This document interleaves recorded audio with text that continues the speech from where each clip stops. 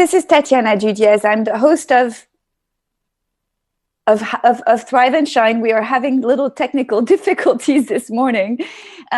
This is a podcast about authenticity, authentic power, and the leaders in the world that are committed to leading in their personal and business world as authentically as possible. So I have the privilege to be introducing new leaders every week and beautiful people that I absolutely adore. Every single one of them has been a gift. And so today we have Corey Blake. Corey Blake, welcome. You are the CEO of Roundtable Companies. It's a publishing and marketing companies that works around vulnerability. So welcome. Thank you so much. And so what is actually my very favorite topic? I think it's vulnerability, and I think that it is such a taboo topic, and it's now emerging thanks to the work of a lot of different people in society, including Brené Brown and many others who are shedding light on this gift that we can use to become better leaders and better authentic. And I have a dog in my house that is actually become a landmark for the postman coming, and now it's become a habit on this show. So if we didn't have the dog, then I think the show wouldn't be the same anymore. It's like babies crying in an audience, right? Right? Exactly. Yeah, so no worries. The of life. It's good. Yeah, exactly. So we roll with the punches, as we were talking about before. So I feel that the work that you're doing is incredible. I've met you at Conscious Capitalism. We share that bond. You are part of Conscious Capitalism, and so am I. You were presenting at the conference that we had in December, and I was really taken by your demonstration of your authenticity on stage. I thought, wow, this guy really walks his talk. And to me, that congruence, that level of congruence, is by far the most admirable. Can you say that in English? Admirable. Admirable, yeah. Admirable quality in leaders. It's really being able to hold that level of integrity. Whatever you talk about, you are holding dear in the way that you act upon it. And so that's why I really wanted to spend a bit more time with you, interview you on this show. And so you carry this, is it a mantra or is it now a trademark? Vulnerability is sexy. It's both. It's both. It's both. It's a trademark and a mantra. Vulnerability is sexy. How cool is that? I love that. It's so true. It's sexy because it just rips the layers off, and it's so much more sexy to see someone through no lenses or people will always see that person through their own lenses. I understand that, but to strip away the masks, to strip away the layers, and to show your vulnerability is such an act of courage. And it's now in the workforce. That's what you do. So explain to us a little bit how you got to actually want to use vulnerability in the workforce. And of course, we're going to how you do it and what it's brought you. And I have a million questions. So we could go far more than 50 minutes. That's for sure. Oh, that's awesome. Thank you very much. Your words are very kind. And they mean a lot to me because I've put a lot of intention into how I show up, particularly at events, so that I'm in alignment with what I do on stage, because I don't always experience that from people. And it was something that kind of, that I was noticing, and I feel like is very important for the work, right? Absolutely. So I got really into exploring vulnerability because I guess certainly you could say as an actor, I was exploring it for myself in my previous career when I worked in Los Angeles as an actor. And then when I transitioned over to book writing and started generating enough interest that I had to learn how to actually grow a business with my theater degree, right? I started down this path of helping people write a transformational book, right? I had a belief like you can't expect someone to change from reading your book if you don't change by writing it. And so the books that we've put together have always had a very strong element of vulnerability. We recognized very quickly that what someone was willing to share on the first day was very different than the third month and what they were willing to start saying out loud. And then I found that in the 6th month, they'd start saying things that they didn't tell their spouse before. And then on the 9th month of working together, they'd say things aloud that they have never said to themselves before. And by constantly reflecting back non-judgment and love when someone is experimenting with new language and sharing things that are challenging and taking on that courage, like you mentioned, when it's reflected back that way over a long period of time, like a year, what we've witnessed is there's this adoption phase where people start to accept that version of themselves as this new identity. So it's a very vulnerable process, and always found it fascinating. And we kind of came up with this tagline of vulnerability is sexy, recognizing that the person being vulnerable, like when I'm in my moments of sincere vulnerability, when I'm in a shame spiral, like there's nothing sexy about that.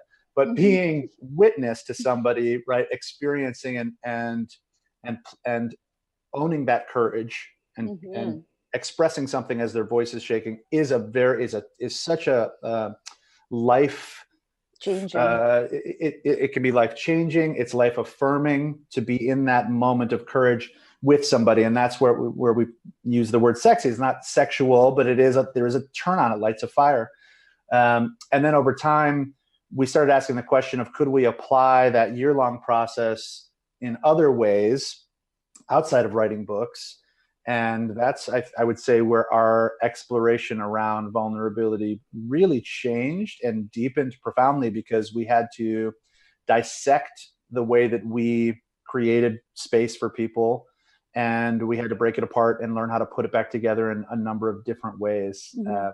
So in many ways, you can say we've been studying it in one form or another for 2 decades, but I certainly, it is a part of my everyday life at this point. And so should it be for everyone, I think, who needs to or wants to go deeper in any part of their life. I mean, vulnerability, we tend to think of it as something that happens when it just happens by default. That's how I think most people use it is well, I ended up being vulnerable in a personal environment, personal space. Sure. And then what I love about the work that you do, and of course I use this all the time in the work that I do with coaching and advising people, especially women, to grow. These high achievers that I work with typically have no desire whatsoever to be vulnerable. I mean, they have been taught to never get to that level, and certainly not by desire. By default, maybe, but certainly not by desire. So the intention to be vulnerable in a work environment so that it leverages a different, not only a different set of skills, but a different platform for elevating the work. That's what I'm really interested in also talking about with you. And I know you do this as well with companies. So you have this publishing company and this publishing methodology where you bring in vulnerability for these authors, but you also do this in a corporate environment where you are hired to bring out or use vulnerability to bring out innovation, to bring out creativity and many more other traits or characteristics to the business and to the people for the business, correct? Yeah. It's in my experience, what I love about it so much is the awareness I have that previously when I resisted vulnerability, I operated, for me personally, in a very fragmented way. That was when I was operating from a firm footing in imposter syndrome. Oh. And as I've done so much vulnerability work and explored parts of myself that I might have considered less lovable or uglier parts of myself, as I shine a light on those and love is extended in those places, I have become more whole and more relaxed and more open to how the world wants to unfold, as opposed to gripping tightly to a sense of control or resistance that I used to have. And so that very much has been the impetus of supporting other people at an organizational level and at an individual level to access more of that wholeness also, because it certainly seems in my experience that when we're more whole in life in general, we're certainly more powerful in life. And that means we're more powerful at work. You get a group of people together who are becoming more powerful in a work environment together in that way because they're more whole, and they can approach business challenges from an entirely different place. It's really an exciting place from which to work. And I love that you use this word whole, because that's the word I use all the time in my mission statement. Is I use that word, and most people, I've often wondered whether I should use the word, because a lot of people in the business environment go whole. I mean, what does, so describe whole, describe a leader who operates from wholeness. So as an example, I'll share that we all have light and shadow. Mm-hmm. So for myself, I consider like one of my superpowers is that I'm really good at finding what's special about an individual or an organization. My background, my childhood programmed me to be able to do that really well. And I flexed the heck out of that muscle growing up because it made my world safer. It was a form of control in many ways. Mm-hmm, mm-hmm. And then what happens later in life is, I come to a realization as I start doing this deeper work, like late 30s, early 40s, maybe even, I'm 45 now. So maybe like when I was 43, start understanding that there is a shadow side to my superpower. Mm-hmm. And it's that I can, when I want something, if I go in with an agenda, I can utilize my ability to make someone feel special to get what I want. When I was a kid, I would do that with teachers if I wanted them to favor me, or I thought that I could gain an advantage. I could do that with a young lady if I wanted her to like me, right? Like there were ways that I utilized that as a kid that I rationalized through most of my life as well-intended. And then come to a point when I really unpack that and realize I'm really manipulating people. And so I can pretend I don't do that, and I can hide that part of myself from the world. Mm-hmm. But then I'm fragmented in how I'm showing up. I'm limiting my dimensionality in terms of how I show up in the world, because there's this energy that's going into hiding this part of myself. When I share that more openly, I find that people, at least to my awareness, don't tend to use it against me. In fact, they might be more supportive. Hey, I kind of feel like maybe you're doing that thing that you sometimes do, in which case I can go, holy smokes, thank you for catching that, because I'm a human being and it shows up, right? So I become, I divert less attention away from, right, the present moment. I'm expending less hiding and holding back or preventing people from seeing things, which brings me much more into the present moment, where I am, in my experience, more whole, right? Because I am able to publicly recognize the parts of myself that are more challenging. Mm-hmm. There's just something about that, and shining light and love in that place. And when I do that for myself, I get to do that for other people too. Of course. If there's parts of myself I don't like and they show up in you, I'm going to find that very irritating because I judge myself really poorly, right? Subconsciously, right. And I'll do the same to you. So all of that, I think, ultimately what I'm coming to, and thank you for the question, because you're bringing me to a realization in this, is wholeness for me is a greater ability to ride the wave of presence and be right here in this moment. Beautiful. And so why would leaders want to lead in a whole, or lead from a space of more wholeness? What does it, I mean, you've identified beautifully what it does for you. What have you seen in the leaders that you work with, that it brought them? How does it impact not only their leadership, but also their influence, and likely the innovation of their team members, and likely the retention of the team members, because we know that vulnerability and wholeness bring more trust. So there's a whole, I know, that I really want you to shed light on. So there are many ways that it shows up, which I think makes it much more fascinating for me, because it's still unfolding for me. But I'll give you an example. I can give you a number of examples. But the first one that came to mind when you asked the question is a leadership team that I love very dearly. I've worked with them for a couple of years. They run a branding agency, and their leadership team of about 7 people had a tendency to spin in chaos and never really ground in an issue.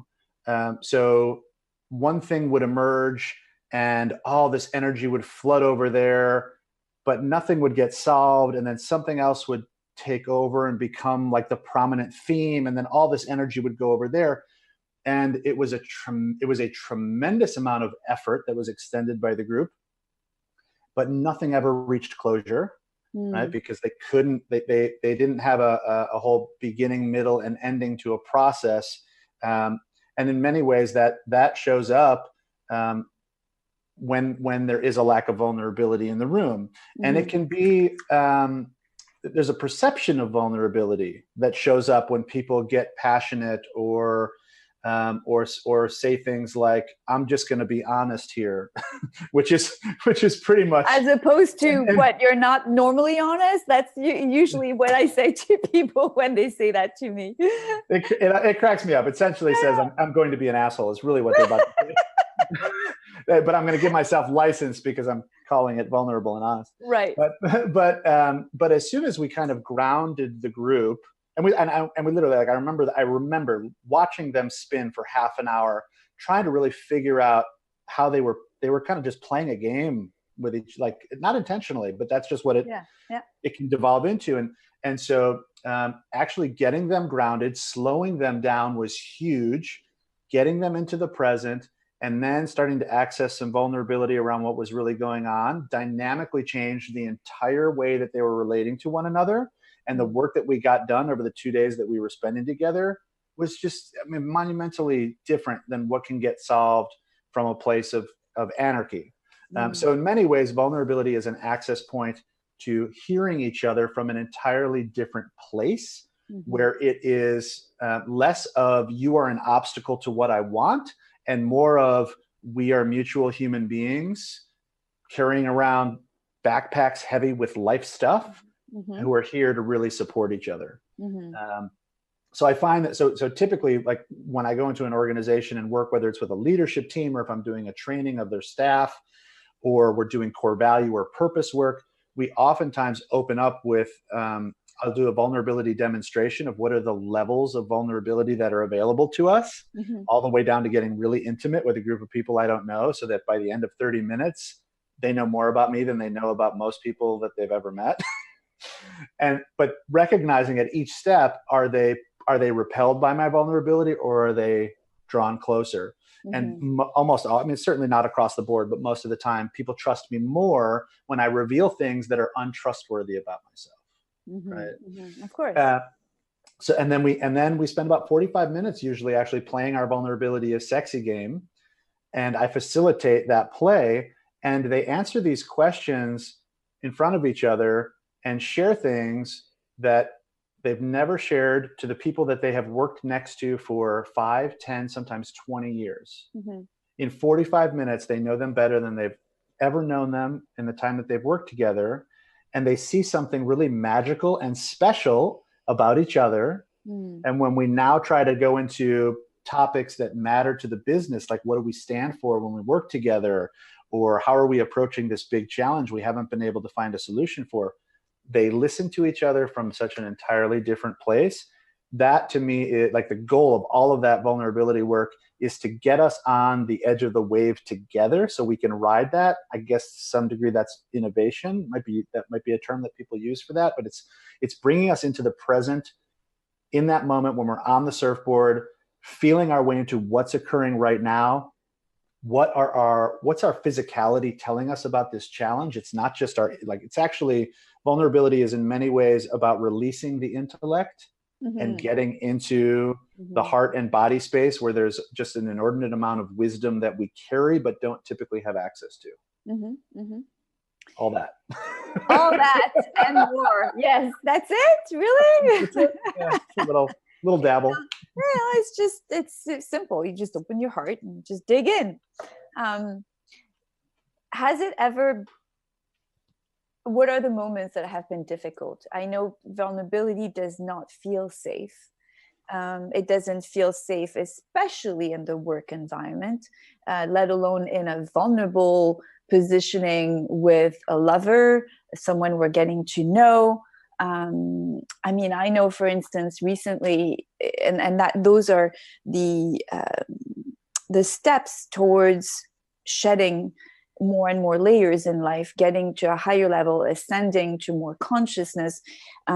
What I've experienced personally is that every time I hit a new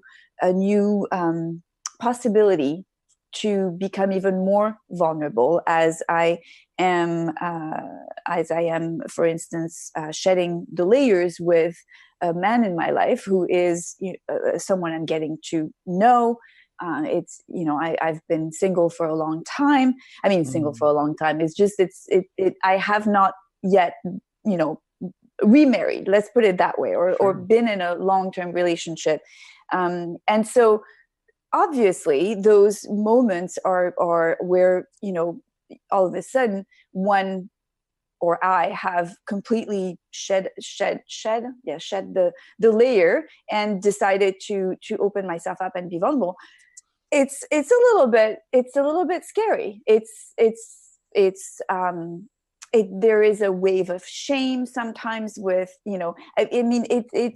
it's fascinating to me to actually observe it in me, because I did the work. I have always been in self-development, and it fascinates me to witness in me still these moments, even though I've done a lot of work, that show up. These moments always show up, right? And they will continue to show up for the rest of our human lives. So it could be with a child, it could be with a grandchild, it could be with just about anyone. So it's like integrity. It's a mountain without a top. Like you can never be too vulnerable, or maybe you can. What are the parameters? Yeah, no, I think it's important to set yourself up for a positive, vulnerable experience, and that's something we're not taught how to do. Right. And we realized actually that there is a process for that. As we were kind of, like I said, dissecting our book writing process, we did uncover that there's actually a number of steps that we can take to improve the odds of a positive outcome. When we don't take those steps, we can risk more than the container is prepared for, so to speak. Exactly. And we can create really long-term damage for ourselves, scar tissue that might take us a decade to get through, right? If we ever get through it. So I think it's wise to be cautious in certain ways, and I can share some of the steps that I'm talking about. Yes, please. For sure. And the more that I practice vulnerability, the more that I find new areas that are more challenging than the last. That certainly happens. I had one experience that was particularly fascinating to me, and just awesomely challenging. I do this work around employees, and I do this work around clients sometimes. And so I studied for a while out of the Gestalt Institute of Cleveland, and the methodologies that I learned from that therapeutic practice have been infused into our business. I use them every day in the work that I do with people. So vulnerability accompanied by that methodology, I find to be particularly impactful in business. And so I'm doing this work at the Institute.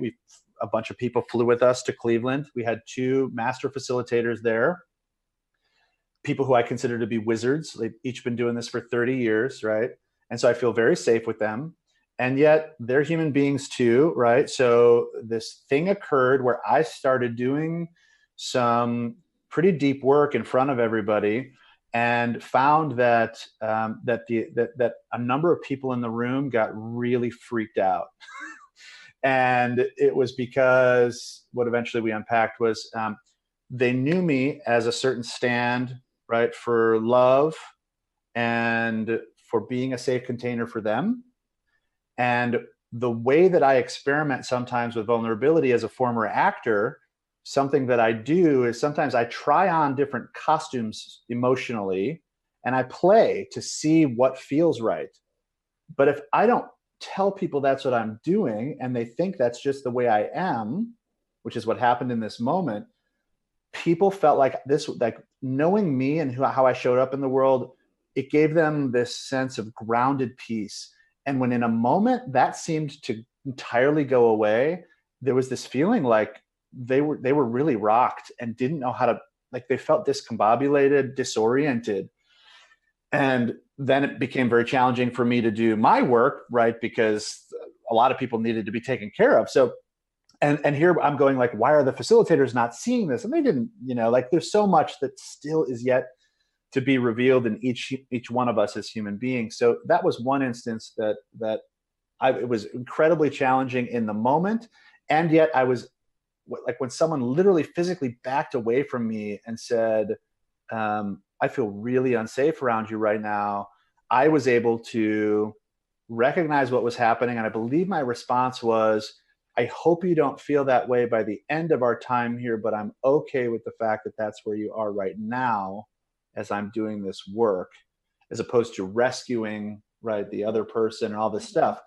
So there's a lot of care, I think, that does need to be taken, and having support in the room that can hold things when they seem like they're going off the rails can be really important. Now, that's not necessarily at every stage, but when you start getting into the deeper work, I think that's particularly important, right? To have professionals in the room who know how to manage these moments and handle them with the amount of care that's required, because this is just such personal stuff. So I wanted to share that because it's I think a fascinating moment that occurred and was just particularly challenging for me to weave through. And yet I felt like I did it as gracefully as I could. So I'm also proud of that. Good job, Corey. How Thanks, did that person go at the end? Like, how did it work? Lovely. I mean, the best way to describe that is or I guess to describe the outcome is to say that occurrence was, I think, about 2 years ago. And I had breakfast with her when I was in Dallas last. And we've done work together since then. There's more for us to do together. And she's the HR director at the multi-billion-dollar level. So this is a person who's done a lot of work herself and also in charge of a lot of people's welfare in many regards, right? So being able to be in that environment where we can do the deep work and at the end of it, leave trusting each other more. That's where I think it's really fascinating is, what's the danger point? And is there another side of the danger that makes it worth it? And I think multiple times I've found that there is, but I've also found that there are times when things seemed unrecoverable. So that's exactly where I wanted to go is at what point is it unsafe to be vulnerable within a business environment, let alone personal, but within a business environment? And how do you then suggest or how have you experienced saving the situation, bringing it back? I mean, this is a great example. Yet I'm sure that there has been moments where it wasn't contained in the best way, and it became unsafe. So what would you recommend? Sure. So there's a number of things that are popping for me right now. Sometimes unsafe is okay. Sometimes unsafe leads to an appropriate outcome. Mm-hmm. Sometimes blowing something up is really a healthy thing to do, mm-hmm. right? Because sometimes it's the only way that it's the only tool we have accessible to break off a relationship that needs to be broken off. Anger is more accessible than grief, right? Mm-hmm. So sometimes we need to blow stuff up because mm-hmm. that's just a way that we are oddly more comfortable. Ideally, we want to be accessing a range of tools that allow us to close and go through grief and end things that where there's a seasonal ending whose time has come. But that's not always accessible. So sometimes, things just need to be destroyed. And that can be okay. Like, some people just need to leave that job. And sometimes mm-hmm. the only way they're going to go is screaming and yelling at each other. So it's not ideal. And there may be a fair amount of stress during the transition, right? But ultimately, after that transition, which maybe a few years down the road, that's not unusual, right? There can be gratitude again mm-hmm. for the fact that this happened. Now, just like any relationship. Personal, absolutely, right? I think what I learned in the Gestalt program for sure is that there is a beautiful process for closure. It's not easy. It takes being very forthcoming. It takes the risk of vulnerability, but you get to then acknowledge all the ways that the relationship has provided blessings. Mm-hmm. You get to, in essence, ceremonially celebrate what the relationship was, and then you get to say goodbye. Mm-hmm. And the beauty of that is it becomes a revolving doorway where later in life there's still the potential for relationship, as opposed to something that's been blown up, in which case chances are very unlikely. So there's that. So let me, if you want, we can get into some of the practicality. So is that fair? Absolutely, yes. Kind of some of the brass tacks. What do you do? So what we recognized in our book writing process that we eventually dissected was that we would often tell our authors to keep the content of the book that was being manifested between them and the team on our group that they were working with, to keep it private, because it's fragile. It's emotionally fragile. And then there would come a point, typically 7, 8, even 9 months in sometimes, where we'd say, okay, we want you to take this to the person that you feel the safest with in your whole life. Oftentimes it ends up being a spouse, right? If they're married. And in this example, they would take it to their spouse. Nerves, anxiety, what will they think of me? And the spouse reads it and comes back with the most loving, amazing feedback of, there's so much I didn't know. This is a gift for our future generations, for like mind blown. And within 7 seconds, it's an estimate, within about 7 seconds, they will entirely disregard their spouse's opinion, because they will shift into, you love me, you have to say that. Right? So that's normal. So then we say, okay, take it to a person who is one step less safe than the first person you took it to. Could be a sibling, could be a parent, could be a mentor. Typically, it's still out of the workspace. It's someone in the personal realm, typically. They'll take it to that person. Anxiety, nervousness, same thing will happen. Immense gratitude. Oh my God, blow my mind. And they'll disregard that person in 7 seconds. You love me, you have to say that. The third layer is where things start to shift, because that's when it typically goes to a colleague, or it goes to a classmate, or someone who is just outside the very personal sphere. And when that person has typically the similar reaction, it's harder for them to disregard. And typically after the third person, they get to the point of saying, give it to the world, I'm fine. But before that, they're really not ready for it. If it went out to the world before that, they're not ready for it. The material's not ready for it, because the feedback that we'll get from the first two people is important to listen to. And sometimes it does impact the content, and we need to, consider things that haven't been considered yet. Or maybe they need to go have a conversation with a parent about a portion of the book before it gets released to the public. right? And say, hey, I'm telling this story from our family growing up, and I want you to know and give me any feedback before it becomes public, so I can hear your response and consider it.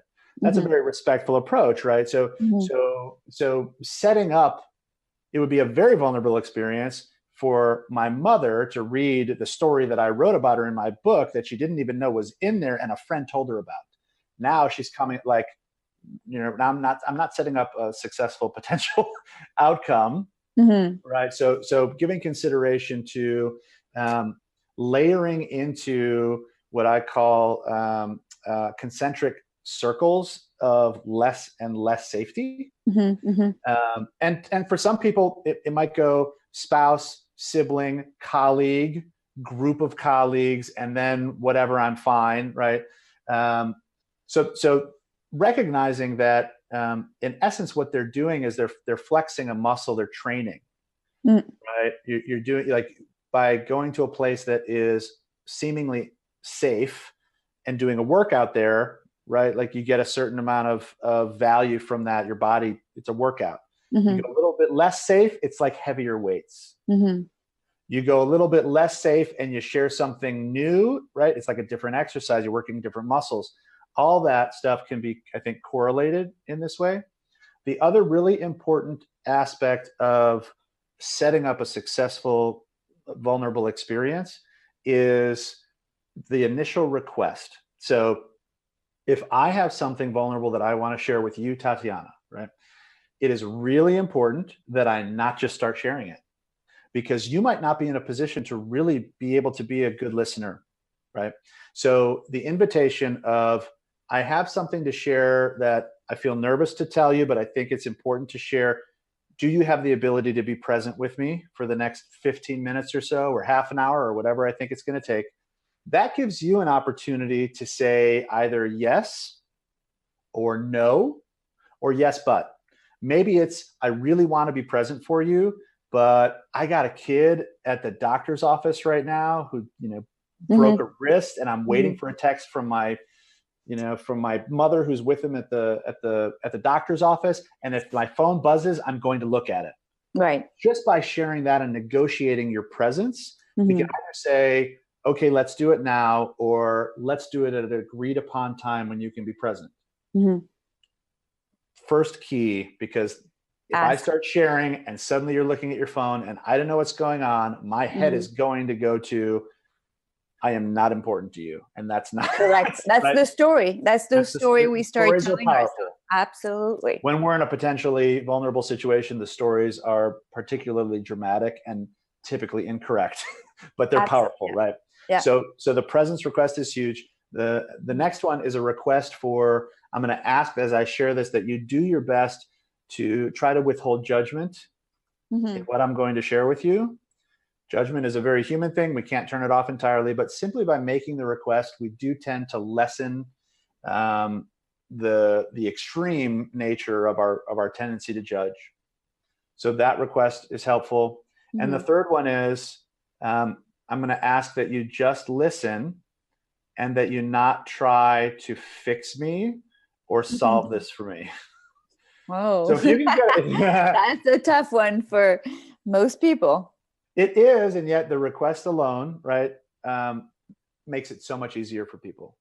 And ideally, what we can expand as we practice this is the ability to recognize what a fix or a solution looks like in action, so that after I've made the request and you've agreed to it, if you start doing it, I can actually say, hold on, I'm going to slow you down because I feel like you're doing some fixing. Can we back out of that? In which case you can be like, thank you so much. Didn't even realize I was doing that. Right. But that's kind of medium level skill that we want to develop over. This is where the flexing of the muscles and the practicing of this stuff can be super impactful. We learn how to manage the moments when people slip into things we haven't requested. And it's not that we're trying to control them, but our goal is to be heard and walk away still feeling lovable. When we do this exercise and we play this game sometimes in large groups of people, and it is so fascinating to watch a group of people fall in love with each other so fast and recognize how much they care about each other and how much value they got from each other, and nobody fixed anything for anybody else. It was just a matter of feeling heard. And I'm not even kidding when I say this. This happens like almost across the board. After we're done and people get dismissed, they will not move out of the groups that they've been connected to for a minimum half an hour. Nice. Like they can't leave because the connection is so profound, right? So those are just a few tips that can dramatically impact the ability to have successful experiences and to practice them and to get better at all of this, because it is a lifestyle choice. It is not an overnight, intuitive capability that most of us have learned at some point. We have to develop it. It's great. Those are amazing tips. I mean, at least it gives an idea for the listener to be able to create that container. And it's a very simple way to create the container as well. It is. And so is there a way to measure vulnerability? From what standpoint? Like the level, like how vulnerable somebody is, or the impact are you speaking of? I think I'm speaking of more of for people listening and in leadership roles in their companies. How can they measure whether the level of vulnerability has served their outcomes and their personal outcomes within the company, and also how is it possible for them to measure that level of vulnerability within the company? What happens when those companies function without enough vulnerability? So I think it's important to acknowledge that typically leadership sets the depth of the pool, so to speak. If leadership is dipping their toe in the water, nobody's going to dive in. That is not a safe space. But if leadership starts and shares at a level that people recognize as, let's say, a 10-foot pool, not to say everyone else is going to dive into 10 feet, but they'll be far more comfortable going to 6 feet or 8 feet. So, because it starts at the top. It starts at the top, but it also starts. It doesn't have to start at the top. It actually starts. It actually starts, I guess you could say, with the first person to be courageous enough to do it. And determining what happens as a result. So if leadership's in the room, but someone else models it, then leadership's response determines the level of depth. Correct. If it freaks out leadership, everyone else freaks out. If leadership is moved and that's obvious, other people are encouraged. So it doesn't always have to necessarily be initially exemplified by them, but I do think overall, that's a really important part. If they're engaged in doing the work, it gives permission to everybody else to do the work also. In terms of the measurability of impact, for most companies, it does show up anecdotally if they're not operating at scale. If they're operating at scale, then there's a very strong tendency that they'll have measurable processes in place, right? So as an example, we're working with a company right now that has 250 agents at a call center, and they have typically been data collectors and salespeople. And I'm currently training them to be interviewers, collecting stories at scale, thousands a day of stories. Wow. Okay. Right. And so for that company, they have a huge number of a huge amount of data that will be accessible. And as things shift and we engage in this new project, they're going to be able to measure employee engagement from a multitude of factors, not just around this project, but around all of their work. And so they'll be able to see, because I have to train them to be vulnerable with each other so that they know what it looks like, so that they can set up a space conducive to vulnerability from the storyteller. So all of their relationships are going to be impacted, how they treat each other, on a day-to-day basis, all that will be impacted and will be measurable because they have certain scorecards in place, so to speak. It typically shows up anecdotally at smaller organizations. But the ways that it show up are, for example, like I said, when you know what's in someone else's backpack from a life standpoint, and you can watch people who know what each other's carrying with them and how they support one another and become solutions for one another, as opposed to when I don't know what's in your backpack and I can emotionally dehumanize you and just consider you an obstacle to this thing that I need to get done, right? The difference between how do we function in a dehumanizing, toxic environment, as opposed to what are our outcomes. There might be some measurables in place, but I think typically the goal is to have measurables in place anyway and see how those are impacted by this work. And ideally, it's a profound impact. But certainly, there's an opportunity for a very dramatic outcome, which is what I love about this work, because it's at a diagnostic level. This is not Band-Aid stuff. I mean, this is like, oh no, yeah, yes, I would love to be a little mouse.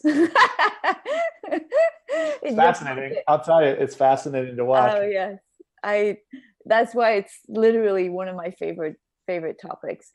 Where are you still not as vulnerable as you would like to be in your life?